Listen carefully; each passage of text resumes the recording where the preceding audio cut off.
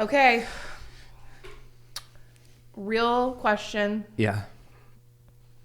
I know you yesterday had your faux walk-up music. I mean, maybe it wasn't faux. Maybe that was real for you. It was just in the moment. Yeah. Right. I mean, it was Sunday music.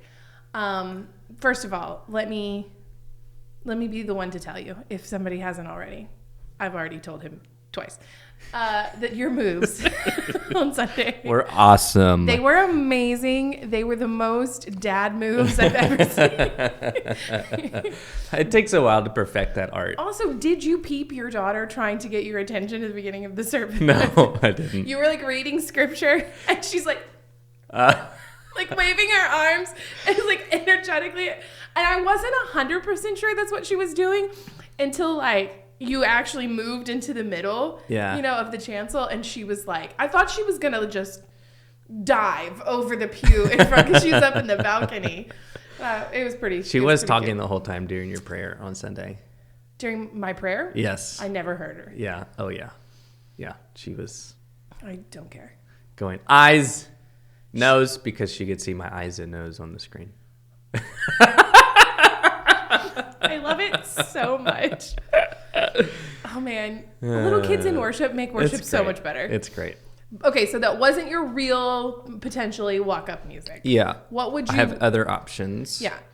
Another one is "Boom" by POD. Okay. Good old 90s, I feel like I should 2000s. look these up. Yeah, you should. Okay, I'm gonna look it up. The other options would be like a Queen song. You're gonna have to be specific because that could go. Oh wait, okay, wait. I found the boom one.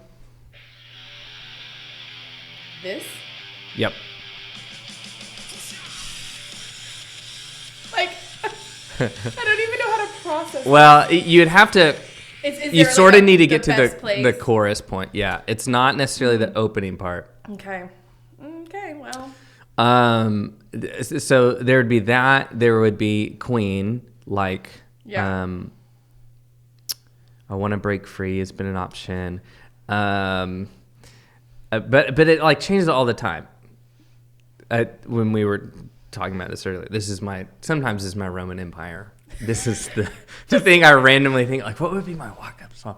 And sometimes it's like I want it to be something like cool and edgy, and sometimes I want it to be like something stupid and funny. And there was a player who played for Arkansas whose last name was Hode, Hode. And his walk-up song was that clip from Blues Brothers, "Heidi, Heidi, Heidi, ho, Heidi, Heidi, Heidi, Heidi," and the whole crowd would do it. And so it was like the perfect, but only he could do it because his last name was Hode. It's the only way it made sense. Yeah. But also, the whole crowd did the whole song. Yeah. So like, there's a lot of layers really you got to think. Yeah. Are you being ironic? Are you just being, straight exciting? Are you having fun? Yeah. So many layers. I had no idea. So fun. Yeah. Levels. You could think through this forever. Someone could. Not gonna be me. I mean, I would probably. I have thought about this because we tried to talk about this earlier and we realized we failed to turn on. We weren't recording. It's unfortunate. Yeah. Upon reflection, I think it's still going to be a Disney song. Okay. So just like I had earlier said, and I still stand by, that it might be Prepared, as done by Scar from The Lion King. Like, that is so out of left field. I wasn't ready for it. Like, the line specifically is, "And seen for the wonder I am." Who doesn't want to walk up to that? I'm literally just going to I'm going to play that song every now and then as you walk into a room. One entire summer, I played it on a loop with the intern, and just like, it was, the other one might be Mulan. Oh. Let's Get Down. I'll Make a Man Out of You, I think is what it's called. But I didn't realize that I have been seeing this when I go to change Samuel's diaper. So the other day I went, "Let's get down to business," and he goes, "To defeat the Huns." And like, he did it like perfectly, and it was like, that's good. Oh yeah, man. The kid is ready. Yeah. He's ready for battle. Way to go. Listen, diaper changes can feel like battle. Yeah. And you gotta get ready. That is true. You gotta prepare yourself. Wow. Yeah. And so we talked about it on Sunday. Yep. How that Palm Sunday is the walk-up music. It's the walk-up moment to Holy Week. That's ridiculous, and I'll never not think about that now. That's what we're talking about today. Yes. All right. I'm Becca. I'm the pastor of family ministries here at Katy First. And I'm Mark. I'm the senior pastor here at Katy First. Welcome to the Katy First Family Podcast, where we offer ideas, inspiration, and encouragement to help you and your family grow as joyful disciples of Jesus Christ. And this week, we're talking about Palm Sunday, the New King, and all of Holy Week. All of Holy Week. As fast as we can. Yeah, it's a big week. Holy Week obviously is so powerful. Yeah. And we emphasize come to Monday, Thursday, and Good Friday, and we don't just emphasize those things just because we want to have another service, but because I like church. I like church, but also, yeah, but like really living in that story, and that's one way we can do it communally. Obviously, read the what they call the Passion narratives. Start at the Palm Sunday where it starts in one of the Gospels, and then just read till the end, and it's a great way to live in that story. But Palm Sunday is, we have this every year, but it is such an important entry point to all of this whole week. Is it a triumphal? It's a triumphal entry point. And every gospel writer is telling the story a little differently. And this year we were looking at Mark's, and probably because I'm egotistical, Mark is my favorite gospel. Okay. Not really, but it's also not really, but to be fair, it is also my favorite gospel, and it has nothing to do with you. Just so you know. But he's such he has so many ways in which he's subverting so many things. And Palm Sunday is a great example of this, where Jesus enters into the town very much playing off of all the expectations of king in many senses of the word, goes to the temple, and then just walks away, where typically you would think that's where he would do his sort of kingly installation moment, and he doesn't. And then he comes back later and just turns everything upside down. And it's just sets the stage for this whole week, where we are constantly confronted in the best way. Who is this Jesus? Yeah. And I just think no matter how long you've been a Christian or you've read these stories, there's always something about how God is confronting you. And again, in the best way, to really pause and think and reflect and to continue to see God on God's terms. Yeah. Who this Messiah is on God's terms. And it's just, there's just always so much power in it. So, if we go, and I don't want to make anyone feel bad, but if you go from Palm Sunday to Easter Sunday without any of the story in between, you miss something. Not just something, right? Because then you'd think Palm Sunday is about this triumphal entry as a king, and you might miss all the subversion of the story, and then you show up on Easter and we get the triumphal good news of Easter, and you missed all the meat in the middle that is so powerful. And then we can make God into something that's very much unlike what Jesus does the whole rest of this week. So it's so important that this stuff is tied together. Yeah. Because all of it is telling the complete story. Yeah.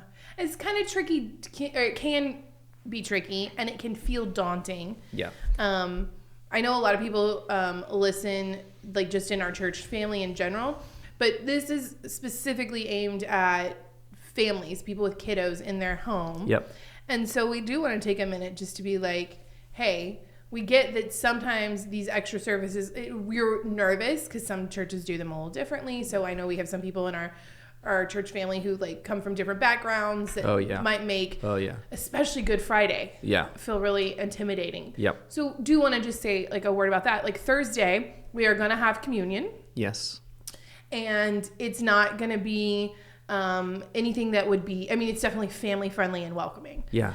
It's about the gift of communion. Yeah. The gift of the table. Yeah. And honestly, communion in the United Methodist Church is a really beautiful thing. Yes. Because of our open table, because of our understanding of the way that grace is presented to us and always available to us, even if we don't really know what's happening. Yeah.